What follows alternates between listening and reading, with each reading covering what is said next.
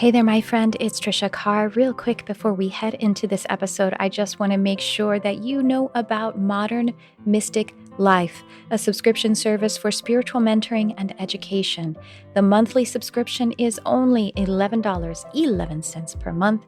We have regular support and inspiration delivered with the utmost ease right into your text messenger 2 to 4 times per week. You can use your mobile device or your desktop messenger to access the lessons and meditations, a monthly MP3 download of a produced meditation, at least once per month live meditation led by me. There is no account login, and we have a monthly live class workshop. These are usually $35 for non-subscribers, so it is quite a deal.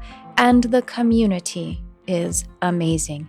This is a way for you to support the Charmed Life podcast and also a way for us to be able to work more closely together. So do check out how you can subscribe in the show notes. I hope to see you there.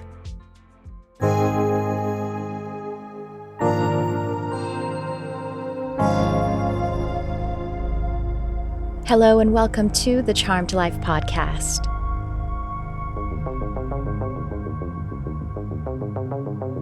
This podcast is all about magic, metaphysics, mysticism, and the unconditional love of the universe, and I am your host. My name is Trisha Carr.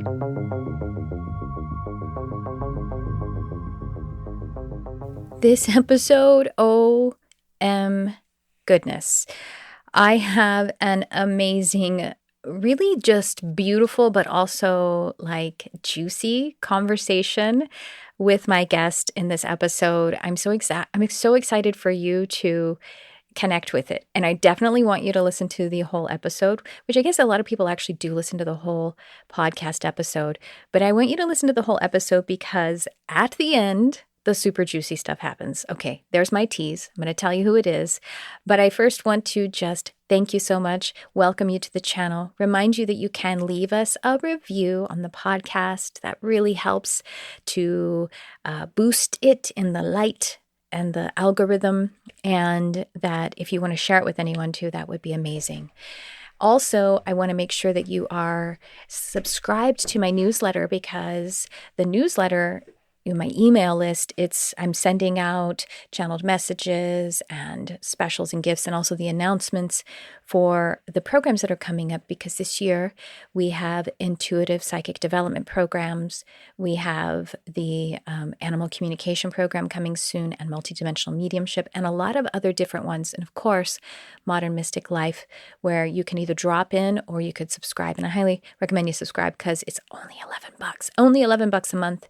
It's just a way to continue to build community together and to give you exclusive content. It's like, how people do Patreon with their podcasts. That's my version of Patreon. But it's not on some other platform. So anyway, those are some of my invitations to you. But I want to let you know about this episode. Seriously, Jennifer Mitchell, that's the name of my guest. She is a level 2, almost level 3 QHHT practitioner. QHHT is Quantum Healing Hypnosis Technique. If you haven't heard about it before, it was founded by Dolores Cannon. Dolores Cannon's no longer with us. She passed in, I believe it was 2013.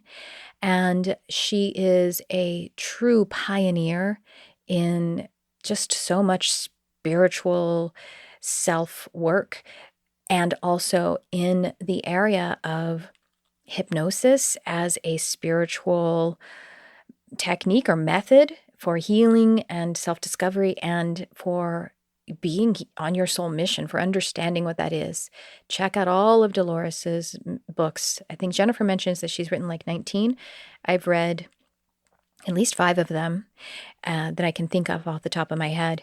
And so QHHT is the proprietary hypnotherapeutic technique that Dolores developed and people are still being trained in it.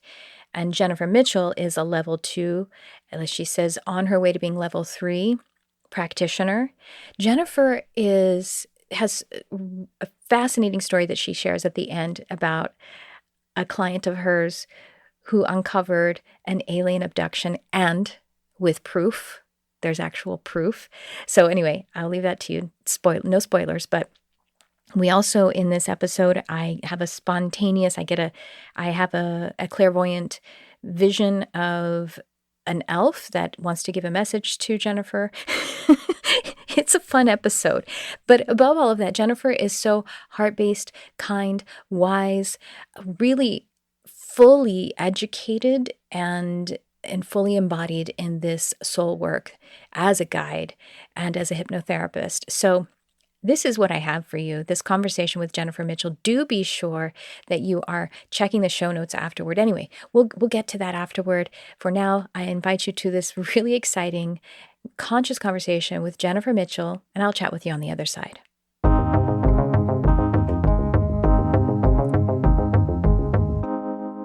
Jennifer, I am so excited to dig into this conversation and to bring all of your heart and the magic that you shine on this world. We have so much in common, and I am fascinated and, like a lot of people, obsessed with Dolores Cannon's work, read most of her books. So thank you so much for coming on. Would you like to get everyone into your work? What could you tell us about your journey and the work that you're doing? Absolutely. And first off, thank you so much for having me. I've really been looking forward to recording this podcast episode with you. And I love talking about QHHT and everything that I do as a practitioner to help people. QHHT is truly, it is the most profound method of inner work that a person can do. And it's not just saying, like, oh, I had a past life and I lived as a housewife in the 1950s, or oh, I was a Native American. It goes so much more beyond that in our sessions. We learn about the past life in the first part of the session. We take those life experiences and those lessons that we learn under hypnosis. We talk about, with the subconscious, we talk about what lesson did we learn and how can we apply that on the current life journey to help improve this lifetime that the client is in now. I also really love what's really unique about QHHT is that we connect with the oversoul or the subconscious. The soul has many terms, many words for it. And through that connection, we receive very powerful messages that come through for not only the client, but for humanity, for greater consciousness about the new earth ascension and everything that's going on right now. Clients also in a session, they have the opportunity to ask questions to their higher self. That's really my favorite part of the session is the client will write questions down that they want to know, and the subconscious will answer back in the session. So clients can ask anything about whether it's career, what their life journey is, things that happened to them in the past, and they can really get those answers that they're seeking. Also, it's a self-healing session as well. So the subconscious is so powerful that it has the capability to do anything. We can scan the body and look for health ailments, blockages. We do a lot of trauma release. So the work is just so powerful and so incredible that I get very excited talking about it. And I would like to mention, how I came to do this work. I find that a lot of us as practitioners or people who work in the light or do spiritual work, that oftentimes we've had our own traumatic life experiences that kind of brought us to where we are now to help others. And growing up, I'll give a little backstory. I had a very traumatic childhood. I was raised by a paranoid schizophrenic who was a drug addict, and we moved around a lot, and my mom was obsessed with aliens. Hmm. So a lot of times we Interesting. would go to MUFON conventions. I spent most of my childhood taking pictures of the sky, learning about aliens, MUFON conventions. I didn't understand it then, but now as I'm older, I realize that everything I went through and all my traumas was prepared me to become stronger so that I could then in turn around and do this work and help people. And one thing that's kind of funny, excuse me, is that a lot of the people and a lot of the clients that I get are people who have missing time, or who maybe have stories where they have been abducted by aliens. And so my childhood prepared me in a lot of ways so that I could do this work and help people who are going through these life experiences.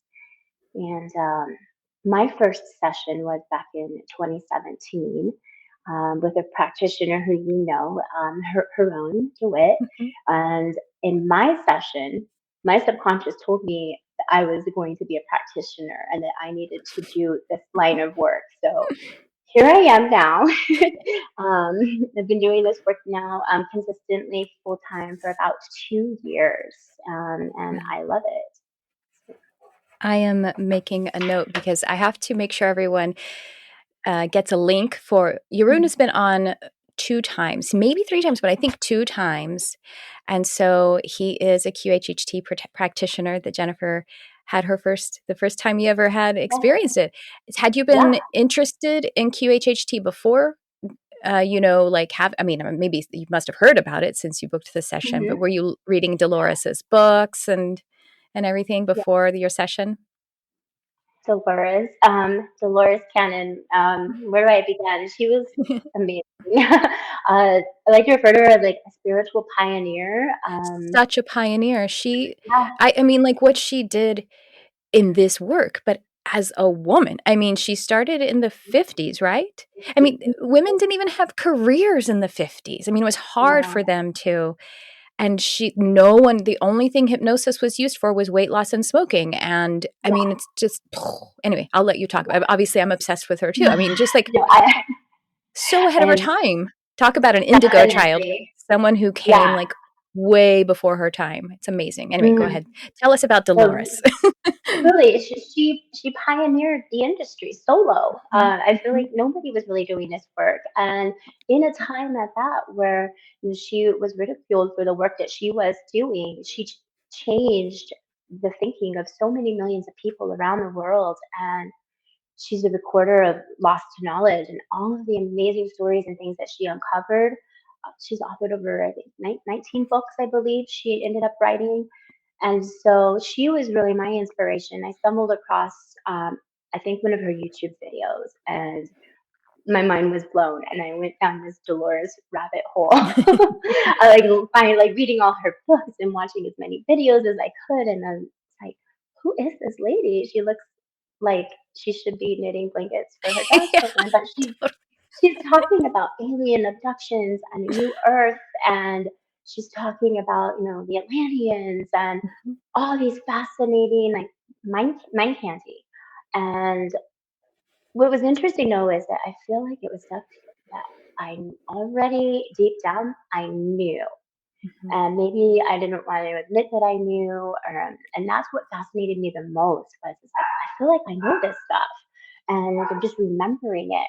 And that's when I decided to research and find a practitioner. I'm based out of Las Vegas, and at the time, this was back in 2017, I actually couldn't find any practitioners here in Vegas, and mm. so I found her own, and I was really drawn to his profile, and I started reading up on him, and I reached out and scheduled a session with him. I flew out to LA, Oh, that's awesome. yeah, and my life changed. Like it's never been the same since. I had a session with him in 2016. Who knows? Maybe just I don't remember what month it was right now, but probably just a few months before you. So we were like really trying to cross paths. Yeah, and Yeah. I live locally to him, so he lives Mm, like just probably 10 miles away, or I don't remember where he lives. But anyway, yeah, that's amazing. And so then after your session with Jeroen DeWitt, when did you go to take the program? Tell us about yeah. becoming a QHHT practitioner. I know there's like levels one, two, and yeah, I haven't looked in a Hmm. while at what the process is. Yeah. And so after I was just processing and integrating because, I mean, as you know from having your session, there's so much to just kind of integrate and think about and process. And I was very much still kind of stuck in the speedy matrix world, going to work, getting up, and at the time I was a senior executive at a local bank here in Las Vegas. And I did take my courses, But making that leap and having that trust that the universe is going to take care of me, I'm supported because this is what I'm going to do. It took me a little while longer Yeah. than probably than it should have. I would do sessions on the weekends and part time. I decided to finally take that leap when the pandemic hit. So Mm. at the time, again, I was working at the bank, was in boardroom, I was in meeting after meeting after meeting, skipping my lunch. And I would find myself daydreaming, looking out the window, and just realizing it didn't align with me anymore. I was thinking more about my weekend sessions and like waiting for the time to pass in my day job so that I could go have a session on the weekend with clients. And so when the pandemic hit, I had a team, I think of like 220 people under me at that time, and a lot of them were outsourced. And I ended up losing like half of my staff because of the pandemic, and we couldn't get staff to come in. But I still had all this work on my shoulders of 200 and something people that my staff had dwindled to about 100 and something. And so I was very stressed, very overwhelmed, and everything kind of came crashing down for me. And I decided it was time. It's like it's really interesting how I feel like the pandemic was the catalyst for so many people to Yeah. make these changes. And I looked at my life, I was miserable, and I'm like, no, I'm going to do this full time now. And so it's been about 2 years, a little over about 2.5 years. I've been doing this full time as a practitioner. I absolutely love it. I am level 2 certified right now, working towards level 3 certification. So excited about that, and just to see where this takes me and to keep doing the work and keep helping as many people as I can. That's really my goal and Yeah. my purpose here. And, you know, I I want to just highlight, even though this is a bit 3D, but the bravery of you leaving your job, because with a position like that, if you had gotten let go, like if they had eliminated your position, you would have gotten a stipend and you would have had a little buffer, but you actually quit. You actually left the position. So you didn't get any kind of little little buffer. No, I think my husband might have wanted to kill me at the time. He was like, It's are you hard. sure? Like, you're not, but I couldn't do it anymore, Trisha. Yeah, Like, I know. I was crying and having breakdowns in the parking lot of the bank Mhm. at 6:30 in the morning. And Yeah. I felt like I climbed this corporate ladder to the senior executive role. And I'm like, look over and I climbed the wrong ladder. I don't want to No. be on this ladder anymore. Get me down. And so I did, because it was either going to be me making this change or where I was going to give. Yeah. I just couldn't physically and mentally do it anymore. And taking that leap, it was scary. Yeah. I'm not going to lie. Mhm. It's been, a road, but I'm here, and it's about trust. Mhm. Um, that's really what I've learned with the process is trusting the universe is going to take care of me, but really believing that, because it's taken care of me this far. It's not going to stop now. Yeah. And so the universe sends me clients, and the clients always align a lot with my background, my experience, and the things I mentioned earlier that I've gone through. And so, yeah, I've actually had a steady flow of clients, and I love it. So, I have also a background with very traumatic. My childhood was alcoholism and violent abuse. And then that was the first portion. And then my mother changed partners to someone who was in some ways worse because he targeted only me. And so um, just that there's nothing that is wasted or lost in this life, right? yeah, That it's all resourceful. And in a session, like in a QHHT session, you'll get mm, that clarity. You can ask your subconscious, why this happened? What's the purpose? What can I do with this? For example, that's something that you could do. And you'll get that yeah, clarity. You'll get the context to where it all works and makes sense. And of course, there's still, the process of processing the trauma. And that's one thing. yeah. Trauma is something that QHHT can support, right? The trauma healing. Absolutely. Yeah. And a lot of my clients, a majority of my clients seem to be trauma based, like the release. And what really does happen in the sessions is that healing. So there's various parts throughout the session where the trauma release can occur. The first part is really in the past life regression, when we go through the past life experiences and when we enter the, the death scene of that past life. Oftentimes, that's where we find a lot of underlying trauma. And it's really important to go through that because not only do we uncover the trauma that we didn't even know we were carrying, but we release it and we process it. And I would like to say that clients, they're always very comfortable during that process. There's no Yeah, pain or right. no mental agony or anything. As a practitioner, I ensure that.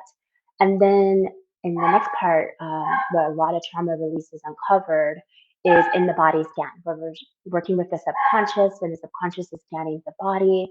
Oftentimes, we find anger, a lot of trapped anger, which, as I'm sure maybe you know, can manifest into disease and illness. Anger is stored in the stomach a lot. Sadness tends to sit in the heart. And I, as a Shame. practitioner, work shame. Shame is a big one, yeah. Mhm. Mhm. I always ask, okay, what is the root cause of that? Like, when was that first implanted, like in the heart? Where is the sadness coming from? What? Take me to that event. Let's talk about that. And then it's like the floodgates open. The trauma is released, Yeah. and um, a lot of times we're carrying this, and we don't know it. Mhm. And that's one of the most beautiful parts of the session for me, and like where I know that I've really served this person and I've really helped them. And after the session, they'll be like, "Oh my gosh, I just feel like this huge weight was lifted that I didn't even know I had."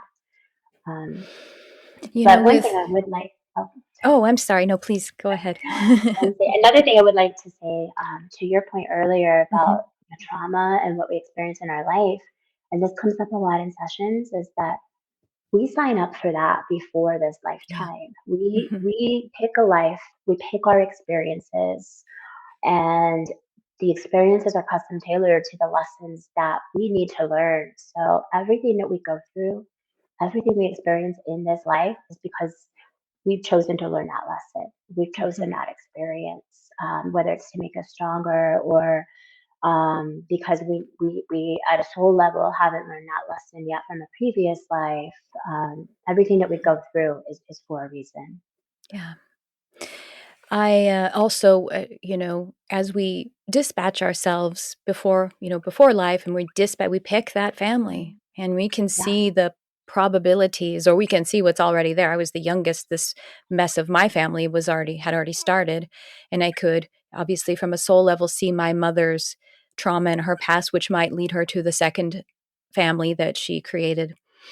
And the other point is with people who, like you said, work in the light, people who are way showers, people who are Mhm. possibly, what Ra calls the brothers and sisters of sorrow, or the wanderers, the ones who have already, in a way, we've already experienced some of that on a soul level. And the reason we come to experience it again is because we bring light through that child that we will be. So we Mhm. kind of, even though we have to go through it, if we choose that experience, we're also supporting the family or whatever's going on. You're basically like a spirit guide for your parent, Mhm. and Absolutely. And one in, thing that comes up, incarnated spirit guide, I should say. yeah. Mhm. And one thing that comes up a lot in the sessions is after the past life regression portion in the QHHT session, um, when the soul crosses over to the other side, there's like the sense of tranquility, and we'll kind of wait there and see who comes forward to greet you or meet you after the past life. And at that point, usually it's a spirit guide or a soul family who will come and greet you, and the person will review their life. And Mhm. at that point, after the life review, they also decide if they want to incarnate again. And I've sat with many clients while they're in trance, while they are looking at lifetimes and they're reviewing lifetimes and picking their parents. Mhm. That happens a lot in sessions. They're like, I want that person to be my mom. I want that person to be my dad. This is the soul family that I am picking. And so, to your point, absolutely, we do incarnate, into that child, and oftentimes we do lead the way in the family, or we break generational curses. And Mhm. even though we might have learned a lesson before in a previous life, we come back to help others even learn those lessons. Yeah. Oh, it's so amazing. I Mm. want to highlight how you are trained. I'm trained as well in hypnosis, and it's really important to have someone who has proper training, because some people will do a weekend seminar and they're you're a hypnotherapist. And the reason why the training is so important is because even though I've never worked with you, I know your training, and I know, I've worked with Jeroen, who's we both have worked with, and it is you are safe in the hands of a qualified hypnotherapist, and QHHT is definitely a highly qualifying process. And so when Jennifer is talking about the trauma release, it's actually because Jennifer is holding the space, letting your subconscious guide it. So Mhm. your subconscious knows what is ready to be released, knows what is safe for you to process through the body. Whereas in situations where someone isn't properly trained, they can kind of force a release, but it really is actually re traumatizing the person. And there's a Yeah. big distinction. The way that you work, I know it, first of all, I can feel it intuitively. Second of all, I just know your training. It's really, it is a gentle process where you're basically a Sherpa. Jennifer is a Sherpa into your subconscious, and it takes the lead. And that trauma release that she's talking about, that has to happen through a physical release, through an emotional release, because that's how trauma comes in. It comes in physically, it comes in emotionally, and it needs to also be expressed that way. That's why dreams happen. The dreams is another great way for trauma to be released. Once again, dreams are safe because your Mhm. subconscious is leading it. So anyway, I just wanted to take a moment to to make sure everyone knows how qualified you are and how important that is. It's very important. And I'm so glad actually that you brought that up. And it's interesting how things align, because just yesterday I was posting about that, and about how it's the importance of a qualified and trained hypnotherapist. And I would like to also lead by saying that with QHHT process, your subconscious is always in control. Mhm, And hypnosis is a very natural state of mind, mhm, but we go down to the somnambulistic state of mind, which is what Dolores had uncovered and discovered through her life's work, is how to contact the oversoul, or the higher self, which is connected to source. So mhm. we are dealing with the deepest parts of your mind that typically aren't accessed um, in other levels or other types of therapies. And so it's very Yeah. important that you have a guide who's knowledgeable and who can read the body. A lot of it is reading the client's body language. The body will tell me when it's time to release something. The body Mhm, gives me clues, signals that let me know, like, if I need to relieve some discomfort, and by gently suggesting something, or say, telling them to breathe or to do this or that. There's certain, cues and clues that I'm trained to look for as a qualified, QHHT practitioner, and that's really important, because if not, what can happen is, your mind can play these scenarios, and your mind can get lost in these processes, and like the mental matrix, as I call it, if you're not brought out of hypnosis correctly, or yes. if the trauma, to your point, doesn't get released correctly, it can re-traumatize the body, and it can, cause the mind to, that monkey mind, to play the scenarios over and over and over. So the bringing out of the session is really the key, allowing the body to truly process the trauma, and having the qualified practitioner there who recognizes and can watch your body and know the cues and the clues to help really fully release that trauma. So it is very Yeah. important to anyone who's interested in doing this type of work or having a session. I highly encourage you to thoroughly research and look for a highly trained practitioner. I can't stress Mhm. that enough. It's the importance of it. And I have to plug, I am trained by HMI College of Hypnotherapy. I'm in their second year program, Mind Body Psychology. I say do both. HMI Yeah. is there's a 1 year, and then there's also a second year. And I want to have you, there's a Hulu show called Fleischman is in Trouble. And it has what's her name? Claire Danes is in it. I It's a love really great her. show. Yeah. Okay. Watch it. You'll love it. It's a great Okay. show. And the episode that was just released. Oh, I feel bad now. I'm going to spoil it for you. Well, now I have to know. Sorry, everyone.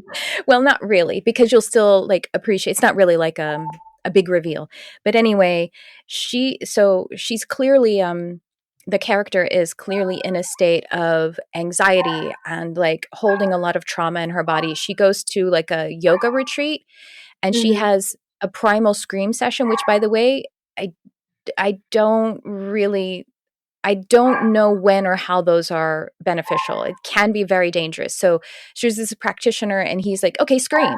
And she's like super agitated and like her body, and everything. And she goes like, ah, she really can't do it. But he kind of really pressures her to scream. And she screams so hard and so loud. And it really is like jerking that trauma into her Hmm. body, and she has a psychological break after that.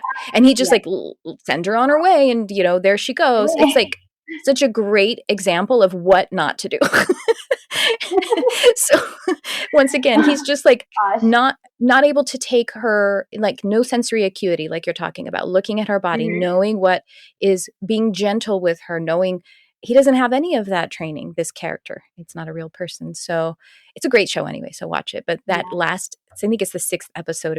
It's the last one that's in the, that was recently released. Such a great example of that. Or wait, no, it's not the last one. It's the second to the last one. But anyway, You said it's really, called really good. I Am Fleischman? Fleischman is in trouble. Oh, Fleischman Yeah. is in trouble. Yeah. Okay, perfect. I'll remember So that, Fleischman. I want to talk about how I can't, I'm honestly, it's kind of hard for me to believe that there's still so many myths about hypnosis. Right? Like, because I guess I kind of grew up, maybe it's from my past life coming in, and I'm like, I remember what that's all about. I understand that stage hypnosis is one thing, and, like, Hmm. I, I just can't believe how much misunderstanding there is about it. Not only that, but like watching certain like crime dramas where they actually pressure a false confession to come out because they basically hypnotized the person and implanted the suggestions that they did the thing. Yeah. Anyway, the point is myths about hypnosis. Let's debunk some of those, shall we? You go Yes, ahead. I love it. You got some good So information on this. Hollywood has done a very good job at creating this picture of hypnosis where it's mind control or it's, Hmm. to your point, stage hypnosis, where you're gonna, you're not in control of your mind and body, which couldn't be further from the truth. Yeah.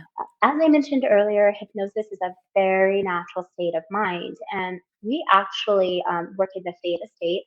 Mhm. And as humans, we're in that state of mind already every day, 2 times every day.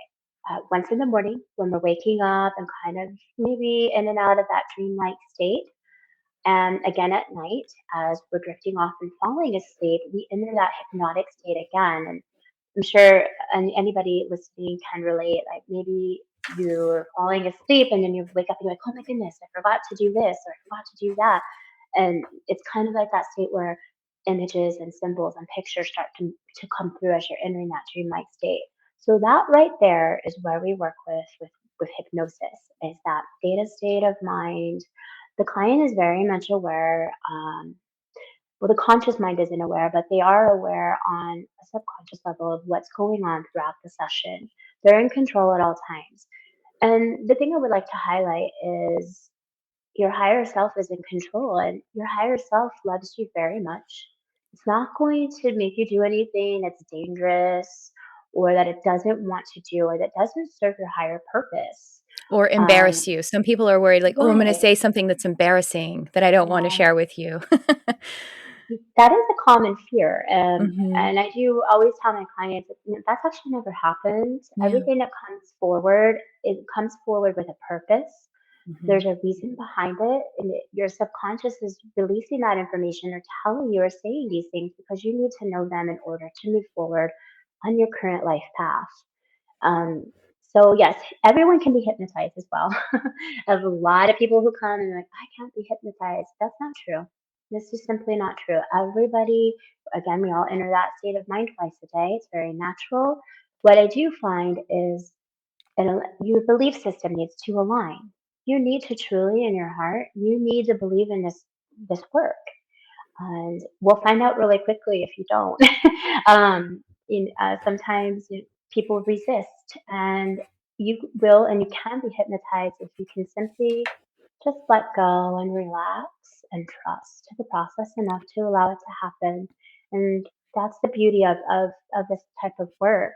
That's where the magic happens, or lessons are learned, information comes forward, people receive the answers. But it's nothing like Hollywood portrays. It's safe, it's natural, and there's nothing dangerous with hypnosis. There truly isn't. I want to share with you while you were just, it was when you said your beliefs need to align with it or need to, Mm. I saw it, I saw a fairy. Can I share that with you? Yes, yes, please. Because it's if you're open to it, it's someone for you. It's a guide, or Oh, it's someone who tends to you. Are you interested in yes, hearing? I want to know. All right, that doesn't Please. always happen. I just saw him right here, and he's an elf actually, and it's a masculine energy. And he's his. I asked what kind of name, and they always give me silly names, it seems, and he said Dandy. I love that. Good, Dandy. I Dandy. love that. Dandy, and he says, I dance upon the shores and I play upon the wind, and I travel in the spaces and the places that others Mm. dare to dream about. And this one here is my partner and my friend. And we've done this many times before. We've done this through and around, weaving through timelines, and we dance upon the air and the wind in the cosmos together. We come together at times and we depart at times, always returning, always returning. And in this time, she is the one to hold the flesh. And in the next one, I may be the one to hold the wind. But we always find a way to meet again upon the stars and upon the land. That is so beautiful. Ooh. I have chills. Oh, he's Wow. beautiful. He's so sweet too. Oh, Dandy. Dandy. I'm I'm so writing it down so I thankful. can listen back to it. Yes, He's very gentle. I feel that. I feel that. Yeah. He's what I would say, well, yeah, I this he's yeah, that's right. A cosmic elf is the term that they've told me before, and it's like an elemental who's multidimensional. So they will be here and working with this, but they also work with other planes of existence, and then the cosmic planes overseeing elements and also aether. So Mm. anyway, it was interesting. I Multi, saw the flash in it with my multi, physical eye, and it was like a white blue with a little bit of green around it, and it was really beautiful. So anyway, back to beautiful. you. Thank you for letting him come through. Thank you. Thank you for that. That Mhm. means a lot. And I really listen back to that too. To that Yeah, message is so beautiful. I'll send you a Dandy, timestamp of it so you can find it. please. And we will be right back.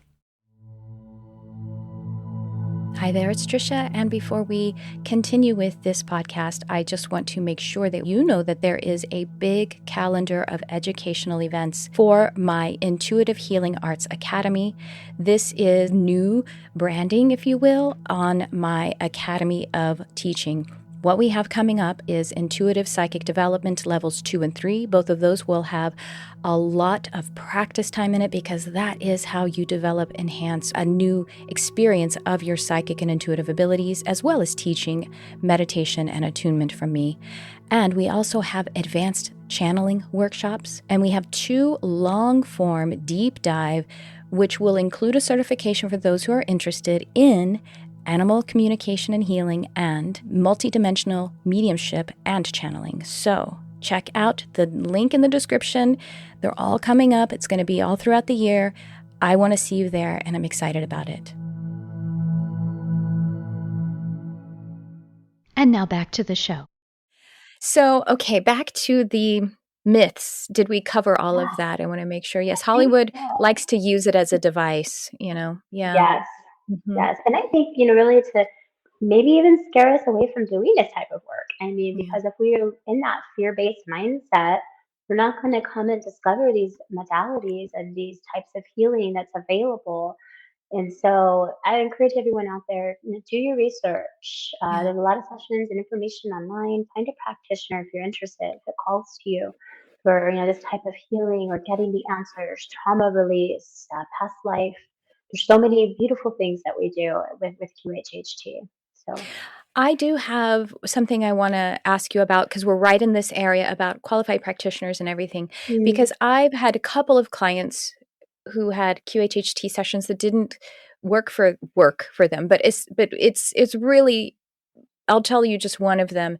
The person who came to me, the practitioner, and I don't know if this person only had that, they said they were a QHHT practitioner. I don't know how much of the education they had, but they told this client that she couldn't be hypnotized, which you just said. I mean, I know that. So I was like, she yeah, must not have been listening. I know Dolores wouldn't, you know what I mean, like have taught that. That wouldn't be in no, the training. So she no. told this person that she couldn't be hypnotized, and then she did a proxy session. So she hypnotized someone else and said that she accessed her soul. And then the client who came to me was like, and I just like, I don't understand because none of it aligned for me. I didn't feel, and so this person felt like she was messed up because first, she can't be hypnotized. Second of all, this proxy session, she didn't resonate with at all, but she thought it was her failing because she had Mhm. authority in this. Anyway, can you, can you release me from that? Because that doesn't feel like it aligns with anything I know about Dolores Cannon's work or QHHT. That practitioner, that's not, that person was off base, right? Well, yes and no. So Okay. first, I will say that do you by chance know if they'd had attempted to do a session previously that They maybe did. didn't fail with a second attempt? I don't Do you- remember if it was 1 or 2 attempts, but yeah. Mhm, mhm. Um, so everyone can be hypnotized, but as I Mhm. touched on before, your belief system Yeah, has to, you might need Mhm. more, so sometimes it takes more time Yeah. to, I mean, for example, I'm easily conditioned to go into the state of hypnosis because I've been meditating and self-hypnotizing for years. Right. So I can go boom like that at will. Same. So essentially, like you said, your beliefs have to change around it. You have to believe that it's safe. You Hmm. also maybe need to be conditioned to the process. I'm gonna Yes. sneeze. And And so, to your point, yes, feeling safe is absolutely a factor. Um, Mhm. your belief system aligning. But we do have those people, and as you know, as a trained hypnotist yourself, who live in that analytical Mhm. mindset, who it's about control Yeah. and releasing control. The conscious mind likes to stay in control, and we see Mhm. it a lot trying to interfere in sessions. And Mhm. that is because with hypnosis, we work in the right side of the brain. That is the creative side. That is the Mhm. meditative side. It is the side of the brain that delivers our dreams to us. And then there is the analytical side of the mind, which is where the conscious mind resides, which is the left brain.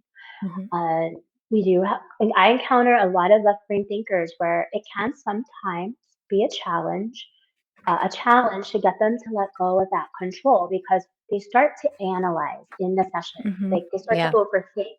Like, why did I say that? That's not right. That doesn't make Mhm. sense.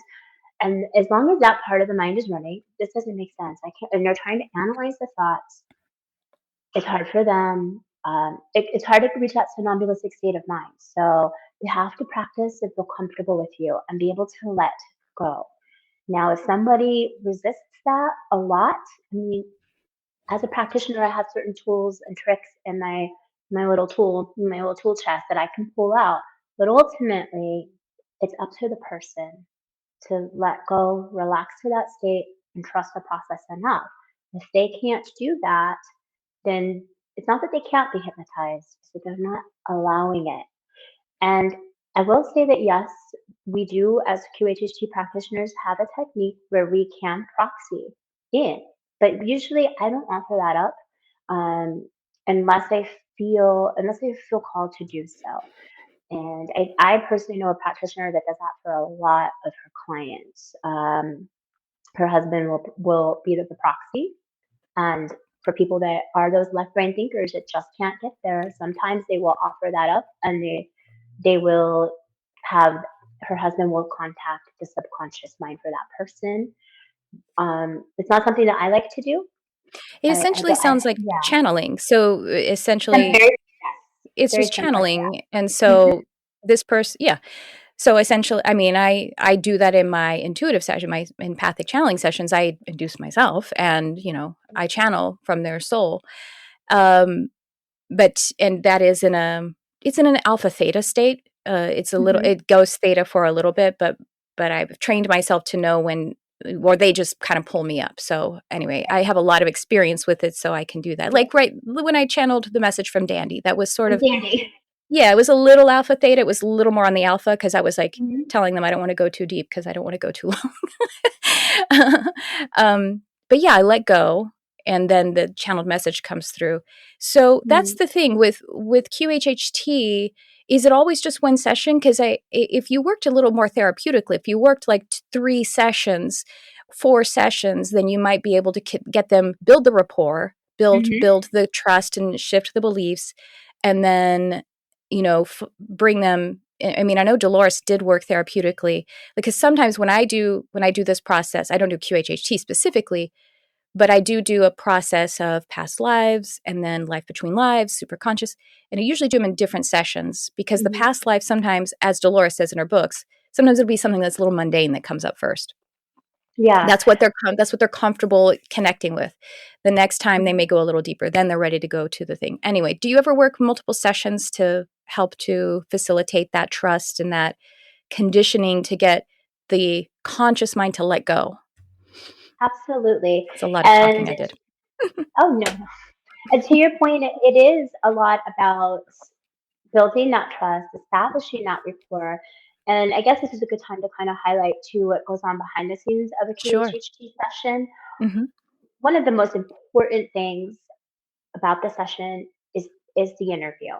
Mhm. And I usually spend about an hour and a half to almost 2 hours getting to know Yeah. the person first, establishing that rapport. Because and people they need to show the heck up. Like you, Mhm. you need to come ready, prepared to talk to me, to open up. If you're sitting there and your hands are clenched, I might actually recommend that you come back for a different time because that tells me you're not ready. um, if you can't open up, establish that rapport, and feel comfortable and safe with me, your subconscious sure the heck isn't going to come out in the session if you can't talk to me like the way that we're talking now. So that's really important. As you said, to establish rapport, to gain that trust with your practitioner, know that it's a safe place, you're not being judged. And if the practitioner's done the job right and done a really good job at establishing that rapport, then they should be able to help them overcome that in the session so that they can go under to the level where we contact and we reach that somnambulistic state of mind. Mhm. And then, so yes, the interview portion of QHHT very, very important. From there, then I usually will take like a quick break.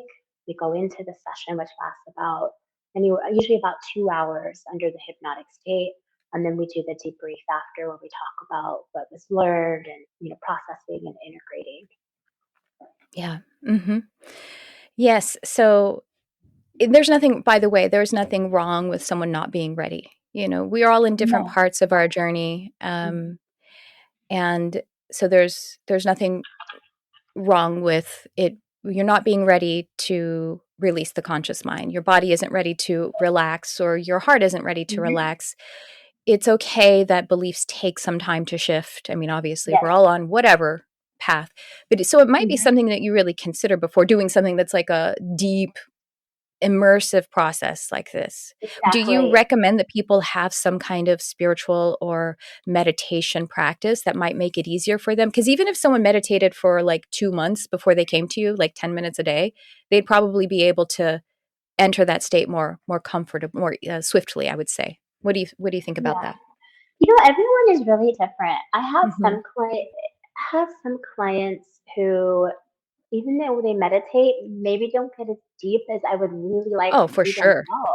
Yeah. And I have other clients who come to me, they'll sit down, I can't be hypnotized, and they go the deepest. And I know. so it's exactly, I never know what I'm going to get.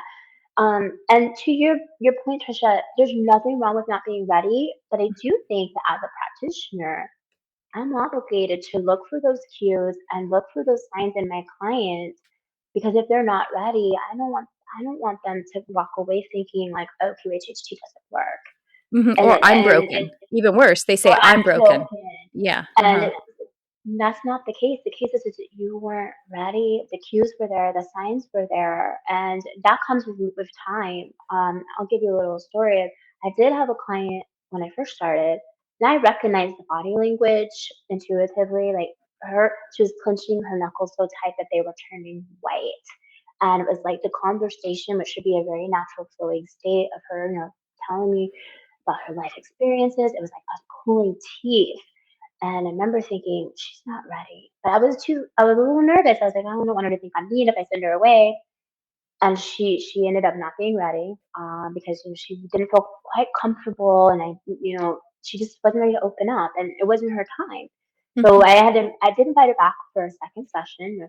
We didn't charge her for the first one. She came back for a second session, and I explained to her about being ready and opening up and doing some a little bit of inner work to prepare yourself. And the second session was very successful. That's good, And yeah. so, yeah, I think it's and that goes into our training as Mhm. practitioners, is as we were talking about earlier, about being able to read the body language and know how to help somebody. And now I'm not afraid. Like, if I don't think you're ready, I will tell a client that, and we'll reschedule, which it doesn't happen often. It really Yeah. doesn't. But I want people to get the most out of this experience. I don't want them to think that they're broken, or something like Mhm. that, like you said.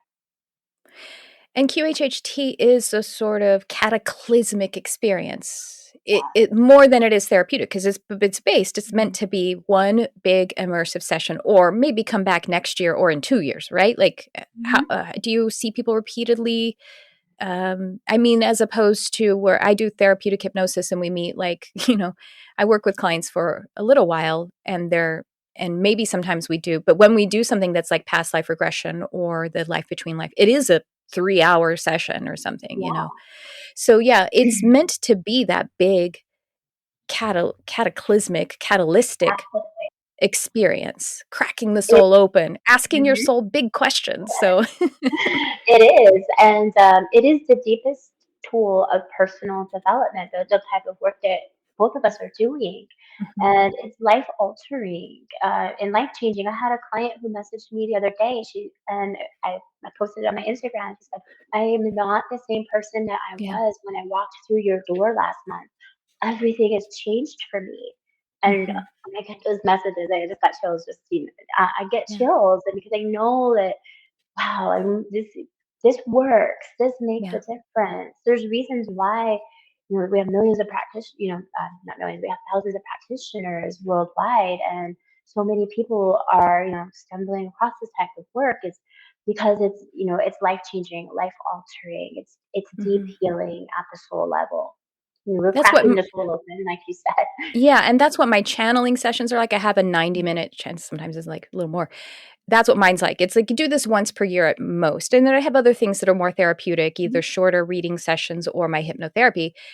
And so that's why I bring that up, because that's why it makes sense that you want to be ready. You need to ready Yes. yourself. It's not going to be done to you. None of this is going to be done to you. That's the other No. myth about hypnosis, is that hypnosis is done to you.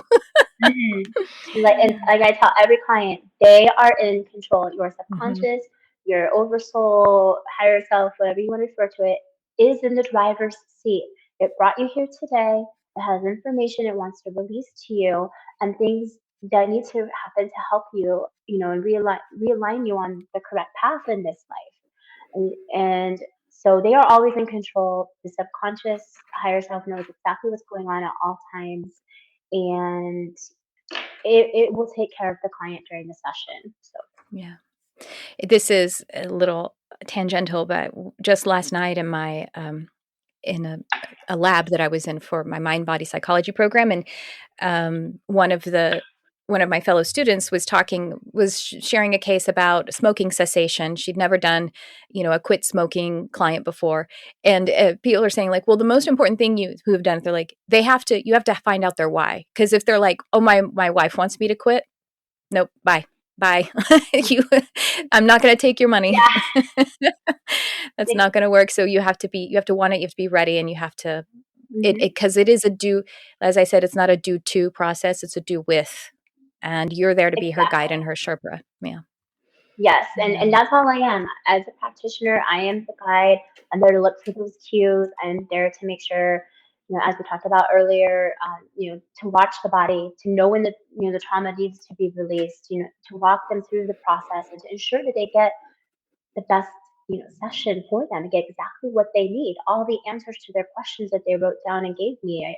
We get those answers and we find out the root cause of trauma. I'm a root cause type of person. I want to know why is that there? Why are they holding the anger in the stomach? When was that implanted? Is that this lifetime? Is that a previous lifetime? Why are we holding Mhm. on to that? So I really dig deep in sessions because I want to make sure that that they're getting what they pay for. That they're getting the release, the trauma, letting go of that trauma that they've been holding on to. Mhm.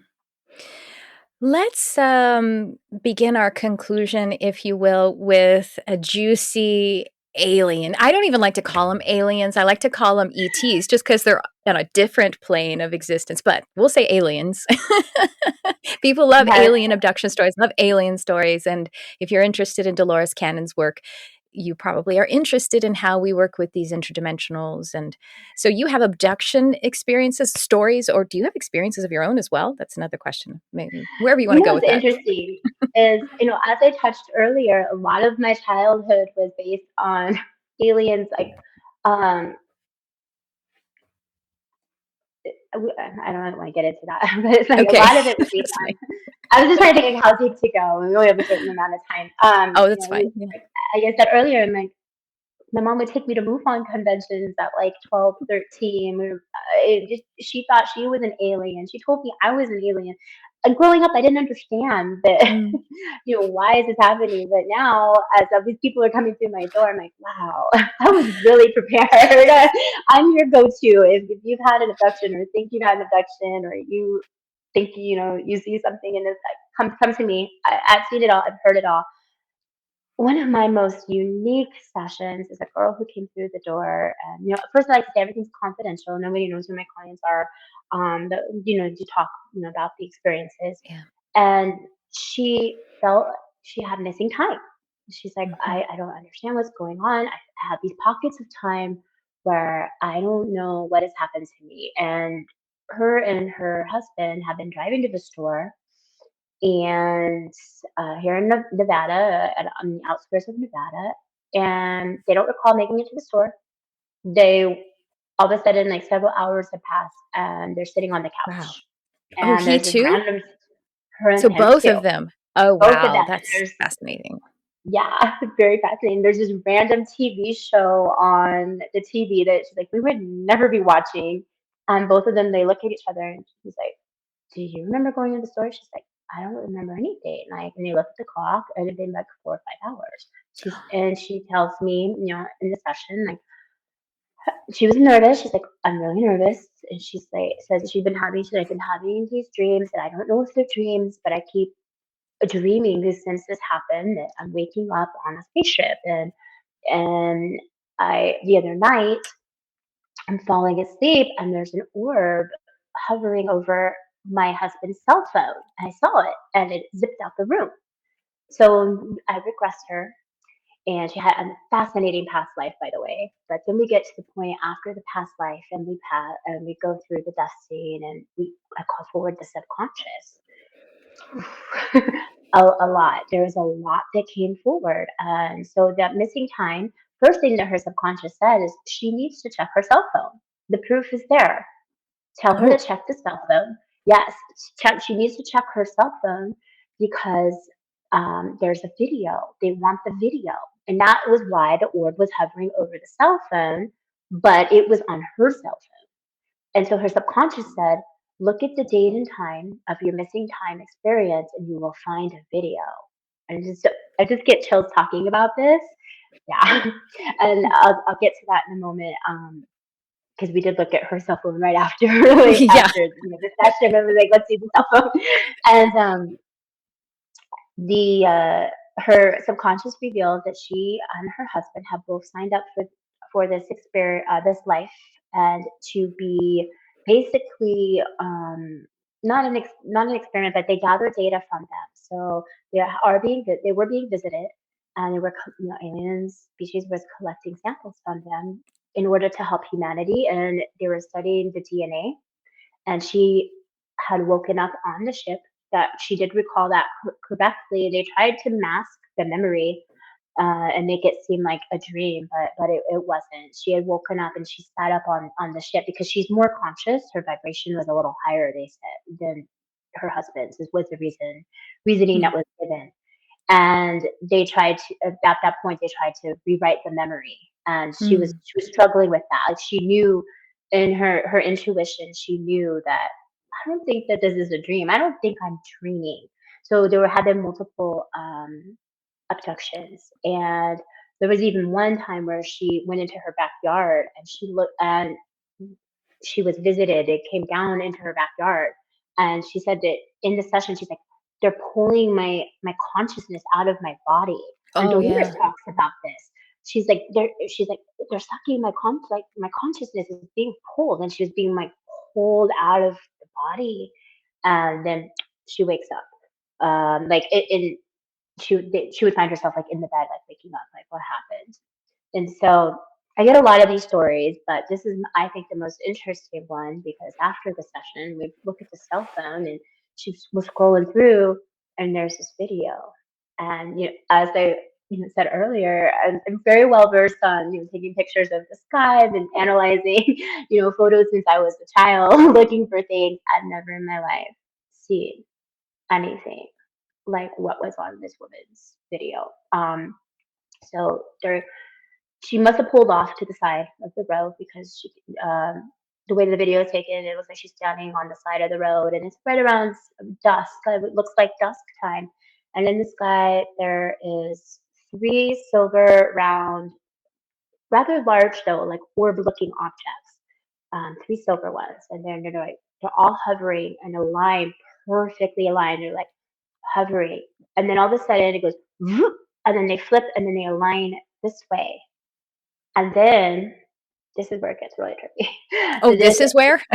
yeah, I've never seen anything like this. Then they start to come closer to her, and the three silver orbs go vroom, and they melt into one red orb, and then the video cuts off. Was she holding the video, or how was the video Yes, taken? What was the POV? it, yeah, from the POV, it looks like she's holding it. You can hear her boyfriend's like, "What is?" Or her husband's like, "What is that? What's going on?" She's like, "I don't know. I never." And you can hear them. She didn't even know this was on her phone. And Right. so I, like I said, I consider myself somewhat of an expert in UFOism. I've never seen anything like that, and I was Did amazed. she publish it somewhere? Did she, like, She share did it? it. She didn't. I think she was really struggling to process, and I didn't want to ask for the video. I Right, don't I wouldn't, you know yeah. if they want it back, especially which is what her subconscious says, like they want that video back. They're trying. That's why they're hovering over your cell phone. Um, yeah, and so it was that's I think that's one of my favorite sessions. I have a lot of incredible stories that come forward in sessions, but that's one of my favorites. Just Oh my gosh. If she ever yeah, publishes it, you have to let us know because we I wanna see will. it. Did And she she said, see Mhm, go oh, ahead. go ahead. Oh, she said she's like, I'm definitely coming back for more sessions. So Yeah. I'll find out if she published it. Okay, does she have a memory, did she see them? Like, who what did they look like? The ETs? Yes. So typical description from what we've heard. She described a gray. The Tall? Tall guy. gray or short gray? Yes. Well, she had two separate experiences, and Okay. the experience where her consciousness was like tugged out of her body, that was a tall gray. And she described also at that point when her consciousness was taken out and she was transported onto the ship. Um, the mantis. I don't know if are you familiar with Mhm, yeah. mantis? It's Oh, like, yeah, yes, I know all you about know. them. Okay, yes. So she experienced an encounter with mantis, and was Uh-huh. like trying. That was where the reprogramming of the mind and the memory was happening, and she was a little bit nervous. She's like, this thing is like part machine, but it's also like a being, and Mhm. I feel scared, but it's also like a loving feeling that's coming over me. And so there was that experience, and then she was visited by the short grays, and that was in the experience where they had pulled off to the side of the road, and which was the first encounter. And those are also when she is a, I guess they have been having multiple abductions at night, according to her subconscious. Those are the ones that are visiting her. And did anything come out around this? Can she opt out? Can she say no thank you or what? They've agreed. I mean, they agreed prior to this life, and they're okay Yeah. with it now. Now that she's Okay. come, Well, she that's was good to know. confused, and that's why she came to me. She's like, "I think I'm losing my mind," and she was a Yeah. little frantic at first, and I was like, "You've come to the right person. I'm your girl. Like, it's okay. I got you. Can't tell me anything. That this is a safe place." And so I really walked her through it, and I shared a little bit. The sessions about my client, but I did to try to comfort her. I shared a little bit about my background and the things that I know, and I was like, we'll uncover whatever it is, and your subconscious will let you know. And so, yes, both her and her husband, this is why they're here. This is the reason for the life, and that's they both signed on and agreed to it. So they're okay with it now. So amazing. Yeah. If she ever wants to, if she ever feels like if it's appropriate or anything like that, like tell her Mhm. she can come on my show too, because we would love to hear. Absolutely. Um, but thank you so much for sharing. That's amazing. I wish I had seen that video. I want to see that video. I know. It's so I pretty. feel like I really wish I had a copy of it, but then, like I said, I don't think I want a copy on my I phone. know. But Yeah. this, I've never seen anything like this, Trisha. I and I started by saying like, oh, you can't shock me, but that did shock me. I was Yeah. like, wow, that's a video. I've never, and I told her I haven't seen anything like that before. So, Incredible. Well, thank you so much. Well, this has been just so amazing. And yeah, we are going to do this again. We have it scheduled already, so I'll let everyone know about that. And next time we meet, we're going to do it live, and we'll talk to people, answer some questions. Maybe you'll share another amazing story like this. This is yes. exciting.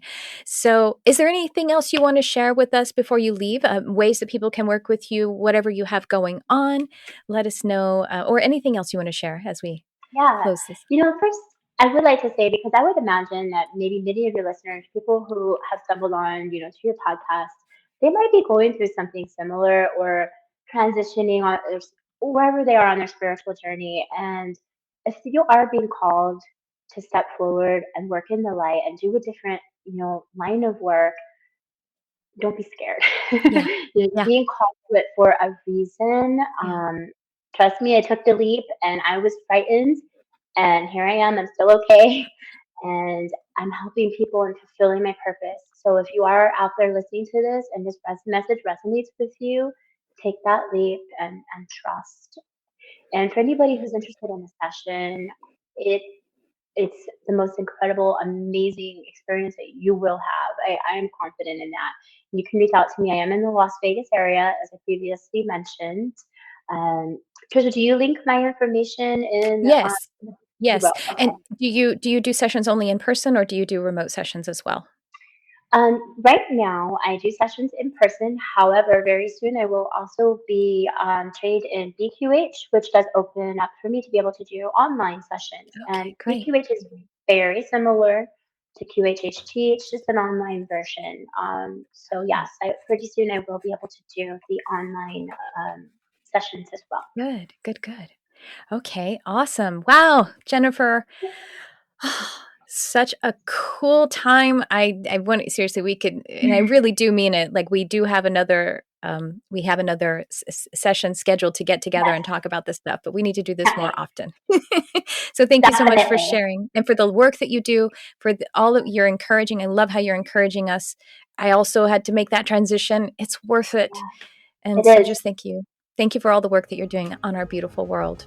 Thank you for having me.